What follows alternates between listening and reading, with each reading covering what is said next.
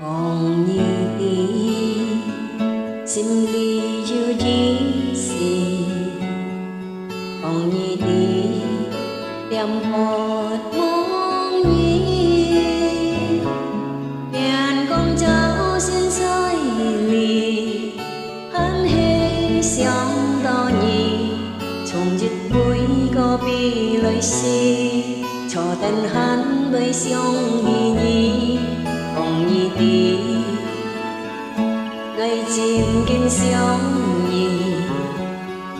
Ong nhi đi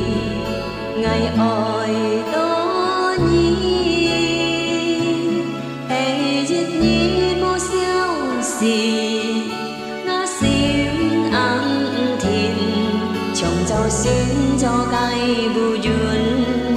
bởi lo thay xuôi cao thái phương nhìn nhìn cha cha đêm xiong nhi kín nghe cho tên quất xiong xì đi đâu mai ngã xiêm ly đêm xiong nhi mô cho họ chi con nhi đi ngày đêm xiong nhi con nhi đi ngày oi to nhi con quân nhi đi ngày mùi nhìn mùi ra quất xiong xì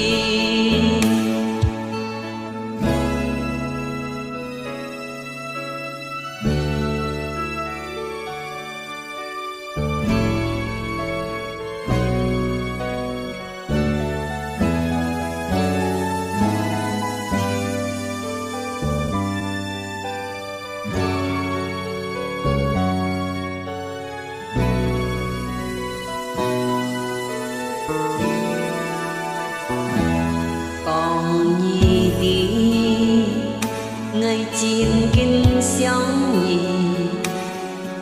Ong nhi đi ngày oi đó nhi hay duyên nhi bố xiao xì ngã xiêm ăn thìn chồng cháu xin cho cái bù duyên phải lo thay trôi gào thái phương nhiệt nhiệt cha cha đêm xiong nhi kín nghe cho tên quất xiong xì đi đâu mai ngã xiêm ly kiếm xiong nhi mô cho họ chi con nhi đi ngày đêm xiong nhi con nhi đi ngày oi to nhi con quân nhi đi ngày mùi nhít mùi ra họ xiong xì nhiệt nhiệt cha cha đêm xiong nhi kín nghe cho tên quất xiong xì đi đâu mai ngã xiêm ly đêm xiong nhi mô cho họ chi con nhi đi ngày đêm xiong nhi con nhi đi ngày oi đó nhi con quân nhi đi ngày mùi nhít mùi ra quất xiong xì con nhi đi ngày đêm xiong nhi con nhi đi ngày oi đó nhi con quân nhi đi ngày mùi nhít mùi ra xiong xì